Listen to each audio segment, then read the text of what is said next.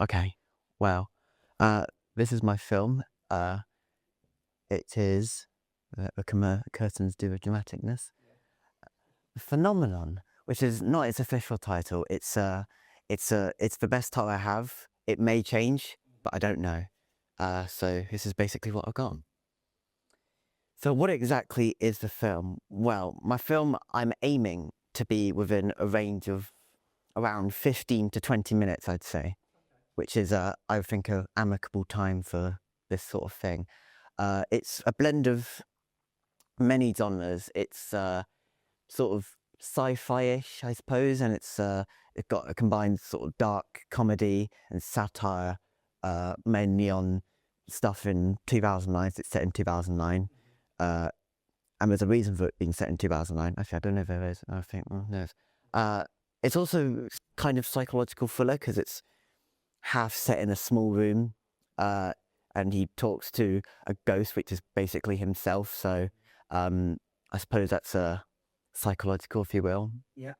And the plot of my film is it follows a sort of it follows a filmmaker who's trying to figure out what project he wants to make, and he ends up getting he ends up becoming trapped in a room when a strange phenomenon sort of disrupts the country, and he's in a room. He watches television to try and figure out what's going on, and he encounters a ghost of himself, which is from the phenomenon, which is what this is in the film. It's called the phenomenon. That's why I call it the phenomenon. And he slowly tries to figure out what's going on, and by the end of the film, he tries to save one of his friends who's become a sort of terrible creature. But it's like a really cheap sort of. It's like a black costume with a really cheap mask on. So yeah. And the reason it's set in 2009 is because I believe 2009 is the sort of the peak of sensationalism in the news media, which is when like news was becoming much more about trying to get people to watch rather than actually telling you what's going on in the news. Yeah, sort of like what like Fox Newsy kind of vibe. Yeah. And I was watching I don't know if you've heard of the show called Newswipe with Charlie Brooker. Yeah. It's a show where it looks at the news, and it was made in like 2009. So it sort of demonstrates all the things that was happening in the news. It's quite a good series. I gave it a watch for this because it's really good. Yeah, it's great. Yeah. So this is my mood board, which essentially combines all the things that I want to sort of include in my film. So you've got all the channels there, BBC News and stuff, Sky Guide, which is I'm working on that. Mm-hmm.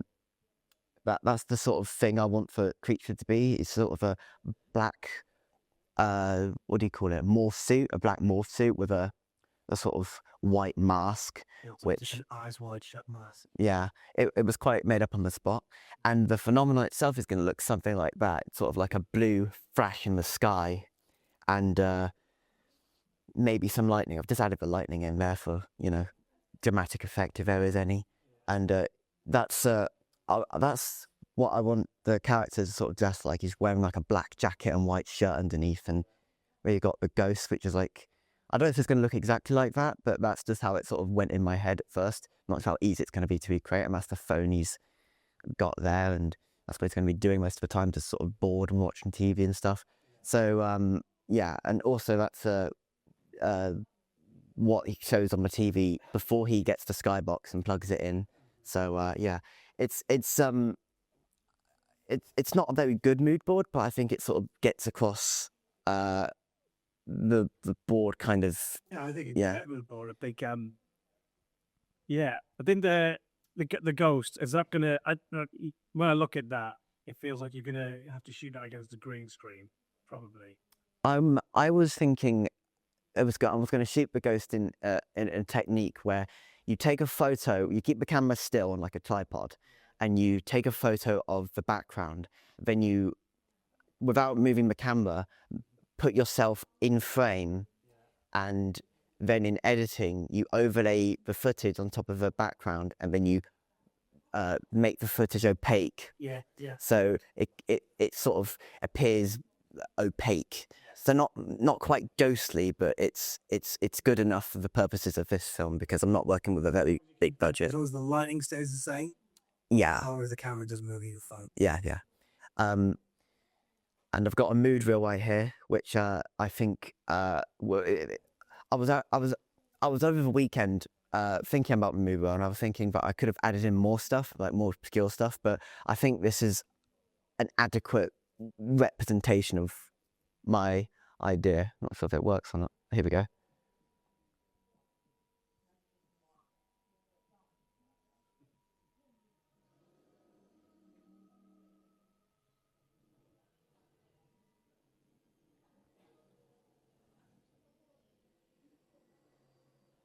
Story Couture. The threat of nuclear confrontations that escalated today when the ruling white military government at that besieged city-state unveiled a French-made Retron bomb and a purpose willingness to use the 3 megaton device as the city's last line of defense. A beat.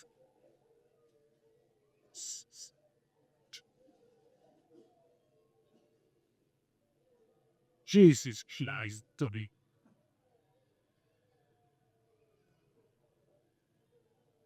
I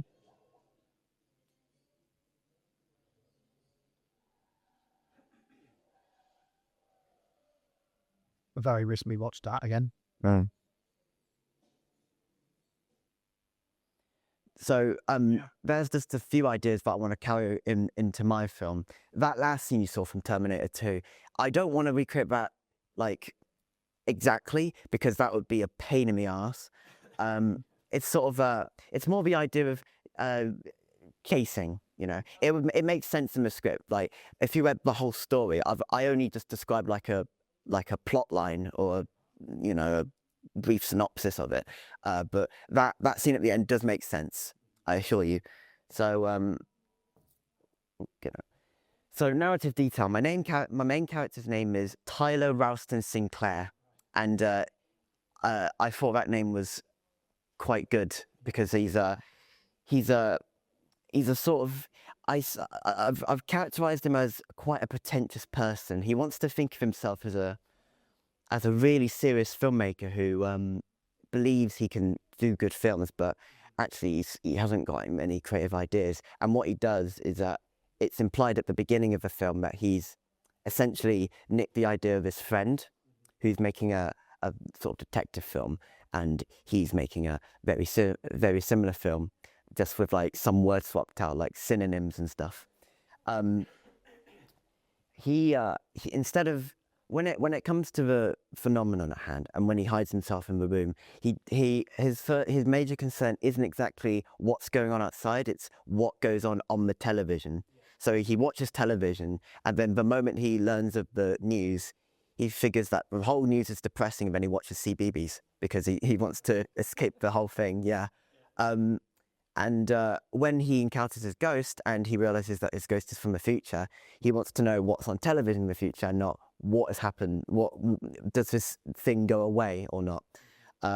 So his whole character, I want him to be a sort of like parody of film students, if you will, who certain film students who make films and they end up not being very good. So that's the sort of inspiration that I was going for with that. And his friend is Sean Langston. He does basically the same thing. He's roughly the same age as him. He knows that Tyler. He knows what Tyler's doing secretly. It's sort of implied that he does, but he doesn't do much about it. And that could probably say much about his character. And in the script, he's shown to be quite protective of his girlfriend. So that comes into play as well. There's 3 distinct acts of the film. I've sort of had a look at it, and I've broken it into 3 different acts. So the first act is essentially we're introduced to the characters. He's sort of on the phone talking to Sean about how good his film is, and then everything goes to shit basically, and the sky turns blue, and he runs through the place, sort of shouting lots of expletives, and then he runs into the room, and then he gets knocked out, and then Sean runs to his girlfriend's house, and then they think that they're going to be there for like an hour max, and then it cuts to a title card saying 19 hours later, which I sort of is a great juxtaposition. And then that's when Act 2 begins, and we see Tyler watching television, and he's watching like the news, and he's trying to figure out what's going on, and it's all like a big disturbance thing that MI5 reported. And then Sean's girlfriend is then kidnapped by, if you will, by the aliens. We don't actually see her getting kidnapped. It's just implied that she's not there anymore. Sean curses him out dramatically in a sort of, I like to see it as sort of a Shakespearean sort of way. And excuse me, he's then knocked out because the phenomenon mocks him, and he's like, let's play a game, and throw him against the wall and stuff. And then Tyler encounters Ghost, and he says, and he gives him a copy of an old Radio Times, but he says that he's already read that one because it's from like 4 or 5 months ago, and the Ghost thought he didn't see it. And then later the Ghost says that another one of his friends has been sort of affected by this phenomenon. He's been turned into something called a visage, which is a sort of creature, which is what I described earlier, sort of black morph suit, white mask, and their entire species can be killed if one of them is killed. So it's quite a useless creature. And then we go to Act 3, which is when Tyler goes to this location and he tries to find his friend, which by the way I've called Wilbur. It's quite Wilbur. It's a nice one, Wilbur. I'm going to have him played by Charlie. And he encounters him, and they have like a brief fight, and then Tyler manages to defeat him, but then Wilbur gets scared, and he steals Tyler's car, and then Tyler has to chase after him, and then he stops Wilbur, and then he tries to explain what's going on. And that's pretty much where the film ends, and because Tyler says something on the lines of what did he say? He says I forgot. Never mind. And it's also shown that Sean's girlfriend returns, but she's heavily intoxicated because the ghost gave her lots of alcohol. So yeah, that's it's sort of a technically light-hearted affair, but with darker themes like plotted throughout. I will never say, but I'm gonna try and make it work. I mean, if I could make my last F&P work, I think anything could work. So yeah. This is not a thing I had to do, by the way, but this is sort of showing off some previous images I've made in the past few years, sort of showing off my any ability that I could do to do this in the first place. So we've got that's a custom guide I made, another one right there, news graphics from all kinds of eras, really. I mean, that's 2006, like early 2000s. That's like 2010s. No, that's 2010s. And are these like stills or are these videos? These are stills. These are images. And with the intention to be on your screen to make them into some sort of like moving image, you think? Yeah, I can probably figure out how to do that. I mean, I've picked images that are sort of mildly related to what I'm doing. I not just randomly picked a bunch of stuff. I mean, some of them might make sense. I mean, it probably don't make any sense if you don't understand the context of them. But they're all like varied in their own way. So yeah, I was just showing that off. Let's not get it. Yeah. Really good. So production detail. The locations I've selected are quite specific. For the opening scene where he's talking to Sean on the phone, I'm thinking of shooting on this particular bench, which is outside the college, near the, I don't know where it is, like out there, I'd say.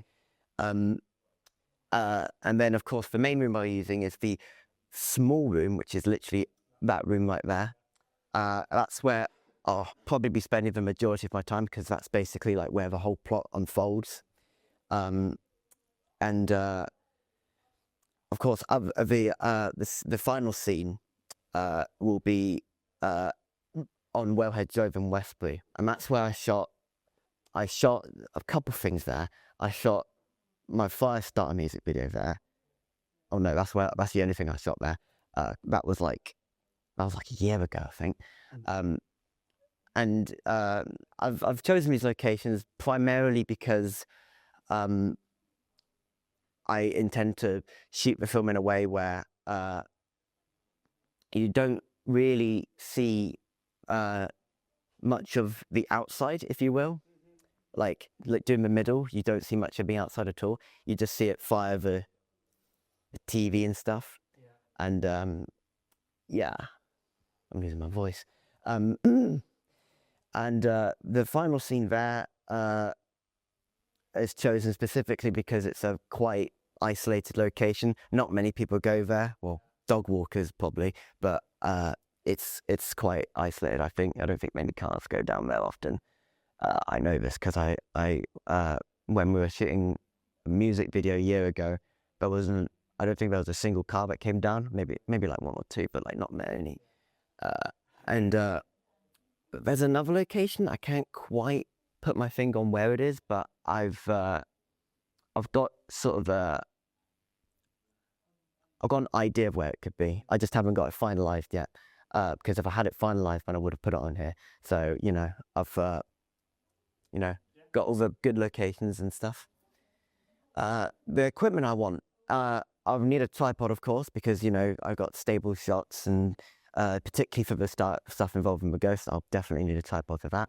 A camera case, because there's certain shots that require a stable camera, not just a shaky one that holding with, especially for parts where I'm running after a car, that'll involve a camera case and a microphone too. In terms of lens, I haven't put one on here because I wasn't quite sure which one I wanted to use. I was thinking of using I don't know actually. It'll just depend on your scene, I guess. Like in that room, you'll need something quite wide. Yeah. Outside, not like you could. Yeah, it just depends. Do some tests is what I'll say to everyone. And because you're shooting that, yeah. But I think, that's just all down to testing, so we can come to that later. Yeah. Okay. Well, those are just equipment. Outfits. So Tyler's main outfit will be a sort of, I've described this, it's a white jacket, white shirt, black jacket, black trousers, which I think comes across as quite pretentious, if you will. I mean, and I've worn something similar before. I wore something for my Nolan film, except I won't be wearing a tie this time. And Wilbur, who comes in later in the film, he at first wears that outfit, sort of a morph suit, white mask, but then when he sort of gets defeated, if you will, he turns back into normal outfit. So and everyone else just sort of will dress in relatively normal clothes because it's meant to be like a natural, So yeah. All the items I've gathered, you might have seen these before. I've acquired an authentic Radio Times magazine from the Christmas of 2008. Right. Yeah, which is the year Wallace and Gromit came back onto our screens. Yeah, it was. It's why I'm on the cover there. I also managed to get a Sky Plus box, like a proper one. I actually looked at it, and I've noticed that it's not in fact one from 2009. It's one from like I think 2013 or 14. But I don't think many people would notice nor care. No. Because I'm not trying to make it like uber realistic. I'm just trying to make it as realistic as I can manage with the budget I have. And in terms of like other props, back in the day, I assume people didn't have access to. But I know they didn't have access to modern phones. So I'm thinking of getting a flip phone from like the era, which will be used to prop the Tyler cool people and stuff. And I might just use the same phone for each people, so we're not just like, I'm not sure where I'd find that. Probably eBay, maybe, who knows. And minor props will be a torch, which will be for like the later scenes where he's like searching for Wilbur in the forest, and was thinking of using one of those old cameras as a prop for Tyler shooting himself in the room and making his film, you know, because he's decided that when he's in the room, this is what his film's actually going to be about. He thinks it's going to be really original and documentary-ish. So, yeah, that's the sort of thing I'm going for in terms of prop-wise for this film. Very well thought through. Yeah. Uniqueness of this film. There's many films that touch on the nostalgia of someone's childhood, and in relation to the this film in particular, I think, touches on a form of sort of late 2000s that I think is unattainable by many other films, which focuses on is the television that people like me used to watch back in the day. It's also a satire on, as I said before, the sensationalism of the news era back then, because, you know, back then it was all about the dramatic graphics and, you know, breaking news of Fox News and stuff. And it's also my motivation to make this is to just sort of see how far I can go in terms of recreating those graphics and seeing how good they look, and seeing if they would look any good on a television, and see if they would match the era very well. So this is it's also additionally, as I showed earlier, the images from all before, they're like a culmination of all the images in the past that I've made, and it's all coming together at the very end to make my film. So it's a form of filmmaking that I'm quite fond of, and I have a lot of passion for, because it's you know, I've been doing it for years. So yeah, that's basically why I'm doing it, because I like it very much. So who would want to watch this? Well, I'm primarily aiming this at people who grew up in the 2000s, who remember TV of the era, who look back on it fondly, mostly. There's in my film, there is strong language, so there would be arguments to put it at a 15, because, you know, more than one F word, for example, would mean like an R rating in the US. There's implied violence, but I'd say without the strong language, it could be put at a 12. But with the strong language, which is what I want to do in my film, to just sort of add a sense of realism, I'd say it would be rated like a 15, which I think is fair enough. And I think I rated my previous film a 15 as well. Some films that use similar messages, the one that I think stands out the most is RoboCop. RoboCop is an influential 1987 sci-fi film that throughout the film intersperses sort of spoof sort of commercials that are parodies of sort of America during the 80s. And I might make a fake commercial for this using which I've got an idea for one. I won't reveal it here because I think it's quite an interesting surprise. So that's a major film that was applauded for the themes that it tackles, and sort of if RoboCop was a satire of America in the 80s, my film is a satire of Britain in the late 2000s, if that makes any sense. I mean, the themes aren't exactly the same, but it's sort of what I'm going for in terms of audience. Yeah, for sure. The key targets I want to get done, the main thing I want to get done is the script, because once I've done the script, then I can compile all the archive footage that I can, which is like before actually shooting, I have to edit together all the footage into a single video, so then I can actually put it on the TV and then you know, actually see it. Yeah, makes sense. But in order to do that, I need to finish my script. Right now, I'm about 10 pages in, so You need that. I'm approaching like the middle of the second act, if you will. So if I'd say I'm not quite sure how long it would be in total, but I hope it won't be horribly long. I also need to figure out if during the Easter holiday, I can actually shoot in the college. I think you can. We can ask about that, but I think it's up still. Okay, well, that's good. Yeah. Because I've got this, because that room there is oftentimes locked, so I also need to figure out if I can get that open. Yes. Yeah. Well, we'll figure that out as well. Okay, well, I also need to sort out my outfit, but frankly, I think I've got a good, I think I've still got it lying around. I just don't need the tie this time.